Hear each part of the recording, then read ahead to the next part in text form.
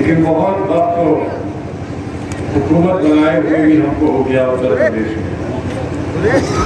और उम्मीद ये है कि जो इतनी खुलूस और मोहब्बत से, इतनी तवज्जो से आप यहाँ बैठे हैं, ये पहली मीटिंग है, अभी तो आगाज है, इब्तिदाए इश्क है, वे आगे आगे देखिए होता है क्या।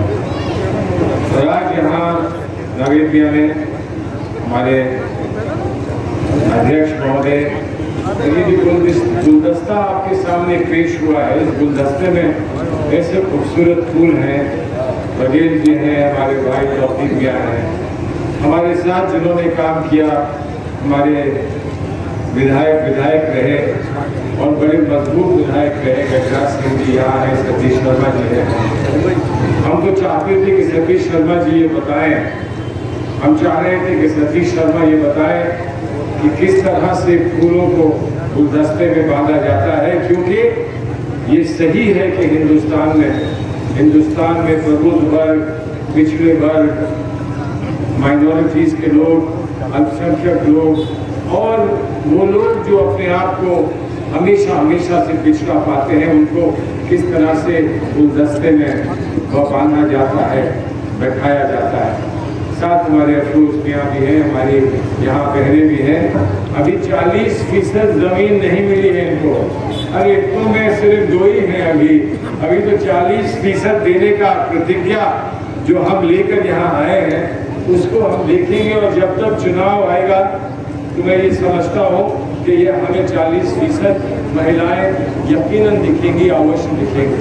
अलवी साहब, आपने इतनी अच्छी तकरीर करी है कि उसके बाद लगता है कि अब तकरीर करें तो कैसे करें।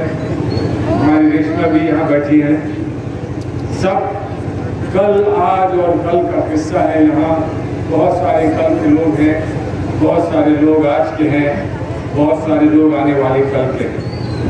कहें तो क्या कहें, मुझे ये बताया गया, नवेदिया मुझे ये बताया गया कि हम लोग यहाँ जब चल के आ रहे थे, हम सड़क पर चल के आए, बड़ा जोश और बलबला था यहाँ के नौजवानों में। तो मुझसे ये कहा, लोगों ने ये कहा कि आप यकीन मानिए यहाँ चलने की इजाजत नहीं थी।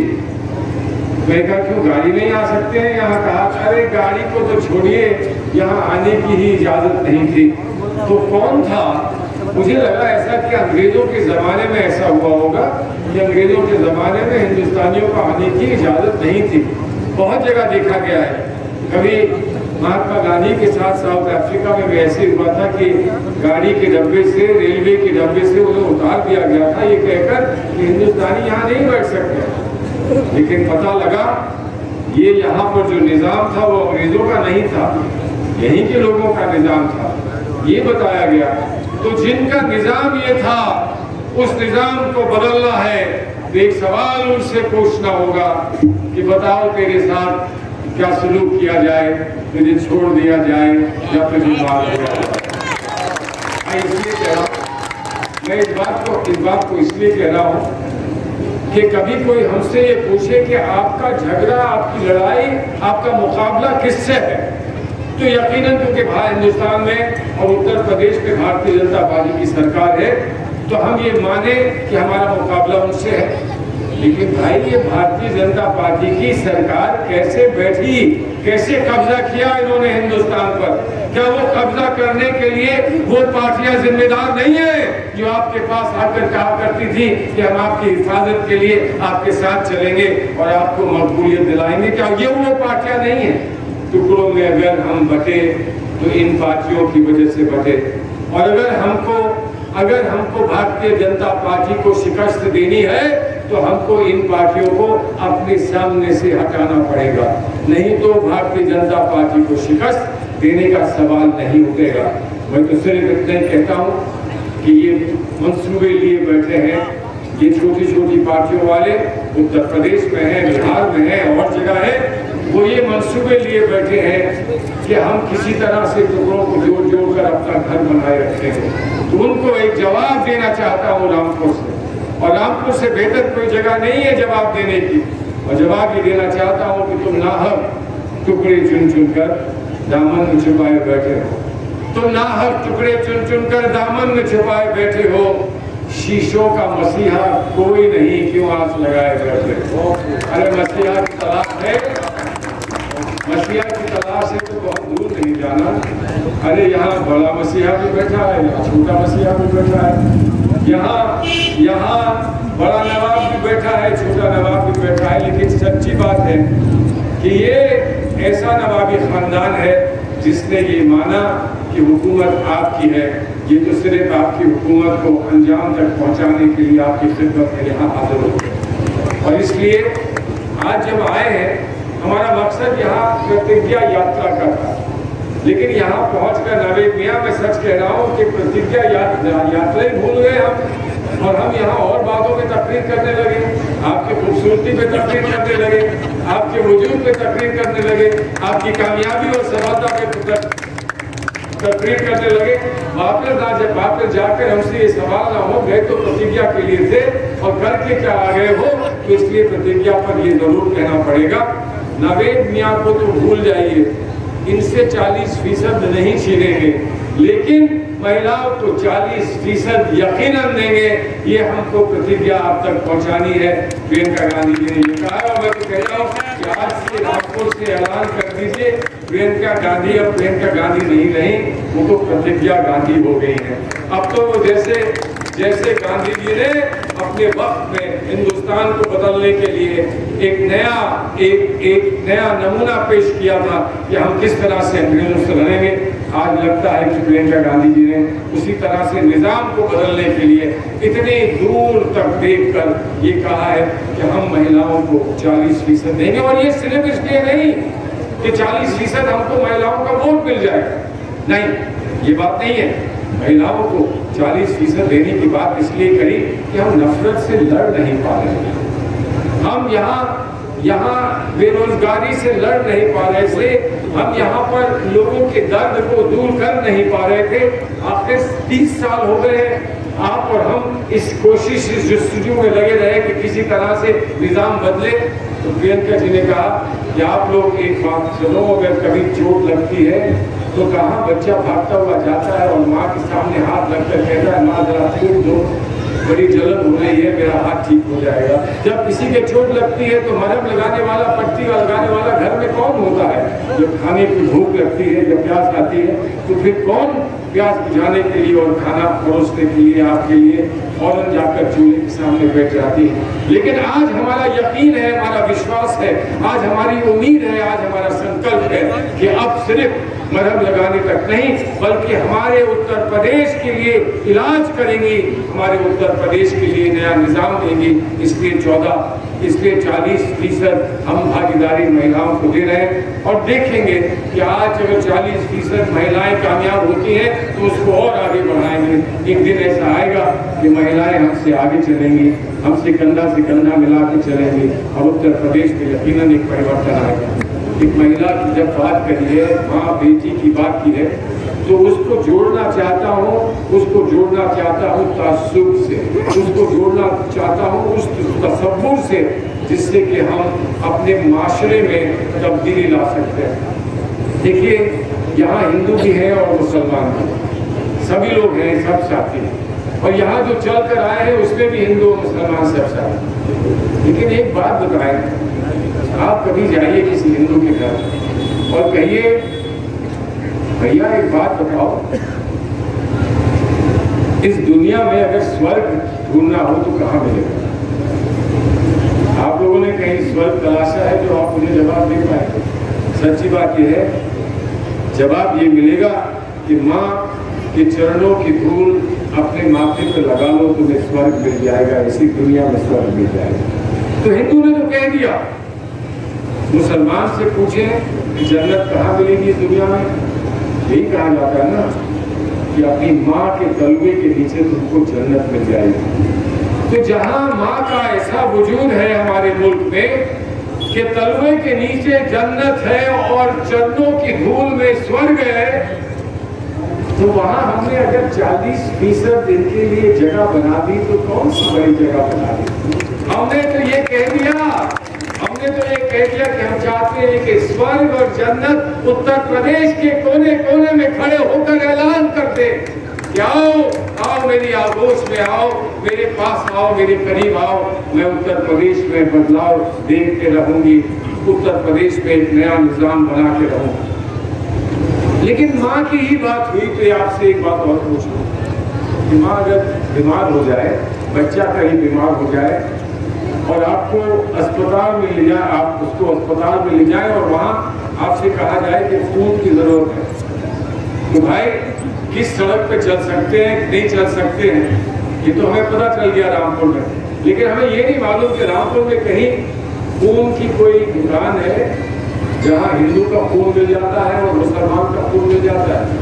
डॉक्टर से पूछे कि खून लाऊं तो मैं कहां से लाऊं? ब्लड बैंक में हिंदू मुसलमान के नाम का खून नहीं मिलता। ब्लड बैंक में O+ का मिल जाता है, B+ का मिल जाता है, B- का मिल जाता है, लेकिन हिंदू मुसलमान का खून कहीं नहीं मिलता।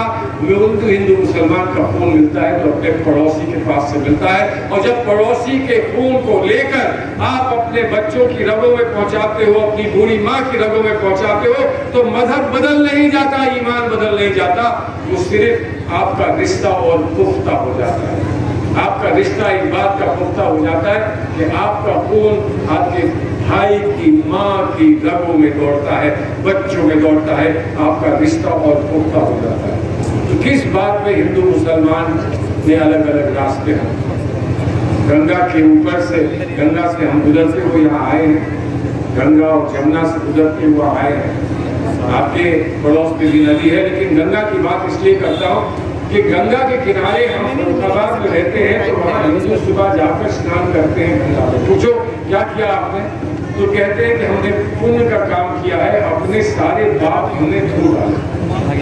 और वहीं थोड़ी दूर पर लोटे में एक मुसलमान पानी लेके जा रहा होता है, उससे पूछो क्या कर रहे हो? तो कहता है कि मैं लोटे में वजू का पानी ले जा रहा हूँ, वजू कर लूंगा तो नमाज पढ़ने लायक हो जाऊंगा, पाक हो जाऊंगा। वही गंगा का पानी जो हिंदू को पाक करता है, वही गंगा का पानी एक मुसलमान को पाक करता है। और ये कौन नापाक लोग हैं जो कहते हैं कि गंगा हमारी है, तुम्हारी नहीं? कौन है वो नापाक लोग? वही नापाक लोग हैं जिन्होंने लाशों को गंगा में बहा दिया, और वो पाक लोग हैं जिन्होंने लाशों को वहां से निकाल के दफनाया या उनको उनका अंतिम संस्कार किया। इन लोगों का आज आमना सामना है, और सवाल यह है कि हमारी लड़ाई कहाँ है और हमको लड़ने से रोकता कौन है? तो हमें लड़ने से जो रोकता है, जो हमारी लड़ाई में आड़े आता है, हमें उसका सामना भी करना है। पहले उसको अपने सामने से हटाना है। हमारे रास्ते का कांटा हट जाएगा तो हमारी बड़ी लड़ाई में हम लोग कामयाब हो जाएंगे, और हम दिल्ली तक, यकीनन दिल्ली तक कामयाबी से पहुंच पाएंगे। ये आपसे मैं इंतजार करने आया था। प्रतिज्ञाएं बहुत हैं, आपको पर्चा बांटा गया है। 25,000 रुपया कोविड से जो लोग पीड़ित रहे उनके घरों में पहुंचेगा। बिजली का बिल हाफ होगा, आपका कोविड के समय का बिल जो है वो माफ होगा। इसके अलावा अगर आप बीमार हो जाएं तो 10 लाख तक आपका इलाज निःशुल्क होगा, बिना किसी पैसे के होगा। आपके बच्चियों को स्कूटी मिलेगी, स्कूटी के साथ टेलीफोन मिलेंगे ताकि वो अपनी पढ़ाई जारी रख सकें। अगर स्कूल बंद भी हो जाए तो अपनी पढ़ाई जारी रख सकें। 20 लाख नौकरियां दी जाएंगी नौजवानों को, और उसमें महिलाएं भी होंगी। और ये सब गुलदस्ता वही होगा जिस गुलदस्ते में सबसे खूबसूरत लाल गुलाब है, और वो महिलाओं का। किसान का कर्जा माफ होगा, किसान का कर्जा माफ होगा जी, किसान का कर्जा। अच्छा, किसान का कर्जा तो माफ करने ही, उसकी बात तो अलवी साहब कही गए। अगर मैं कह दूं किसान का कर्जा माफ होगा तो ये समझा जाएगा कि 2 दफा माफ होगा, लेकिन अलवी साहब ने किसान के कर्जे की माफी के बारे में कह दिया है, और ये बताया कि हमने पहले माफ किया था, और इस दफा हम प्रतिज्ञा ले रहे हैं कि किसान का कर्जा फिर माफ होगा। पैसे मिलेंगे आपको, आपकी अनाज के लिए, गेहूं के लिए, धान के लिए 25,000 रुपया मिलेगा, 400 रुपए गन्ना के लिए मिलेगा। मैंने जब बात शुरू की थी तो स्वर्ग से और जन्नत से की थी, तो स्वर्ग और जन्नत में कहाँ कर्जा होता है? वहाँ तो कर्जा माफी होता है। और स्वर्ग और जन्नत में कहाँ कोई बीमार होता है तो इलाज ही होता है। इसलिए ये याद रखिए कि स्वर्ग और जन्नत यकीनन हमको मिलेगी उत्तर प्रदेश में।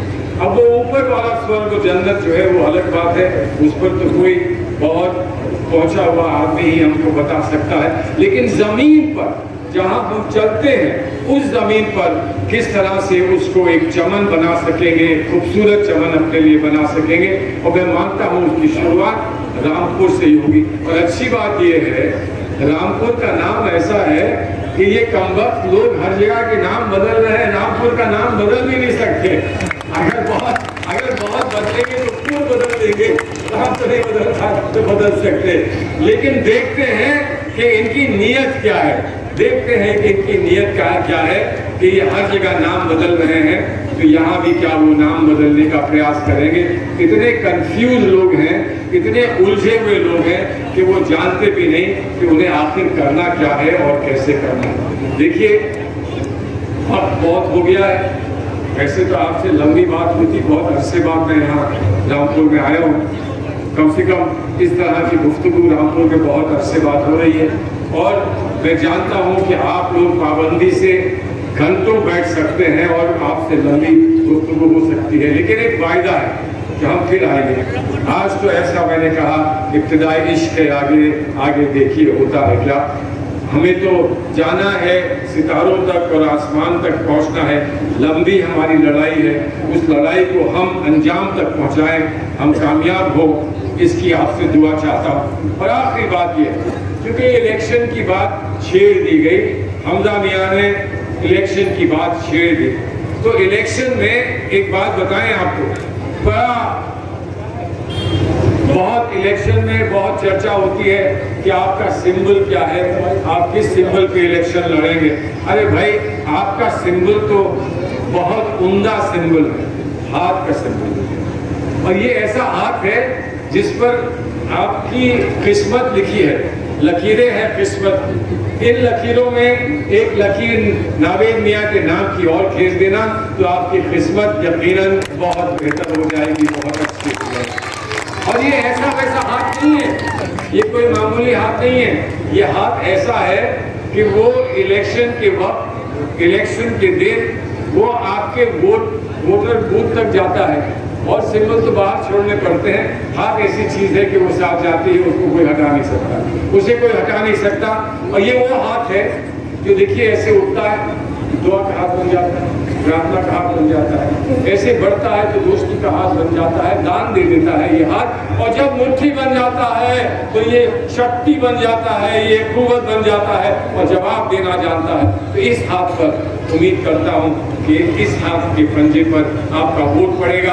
अगर ऐसा है, बच्चों की किस्मत को संवारने के लिए और रामपुर की किस्मत को संवारने के लिए अगर ये आपका फैसला है तो उठाइए जरा अपने हाथ, दिखाइए अपने हाथ, ताली बजाकर मुझे बताइए और कहिए कि हम होंगे कामयाब, कहिए कि हम होंगे कामयाब। अरे रामपुर वाले इतना अच्छा खाना खाते हैं और आवाज नहीं उठा सकते। एक दफा आवाज उठा दीजिए, वहां तक तो पहुंच जाए जहां पहुंचनी है ये आवाज। हम होंगे।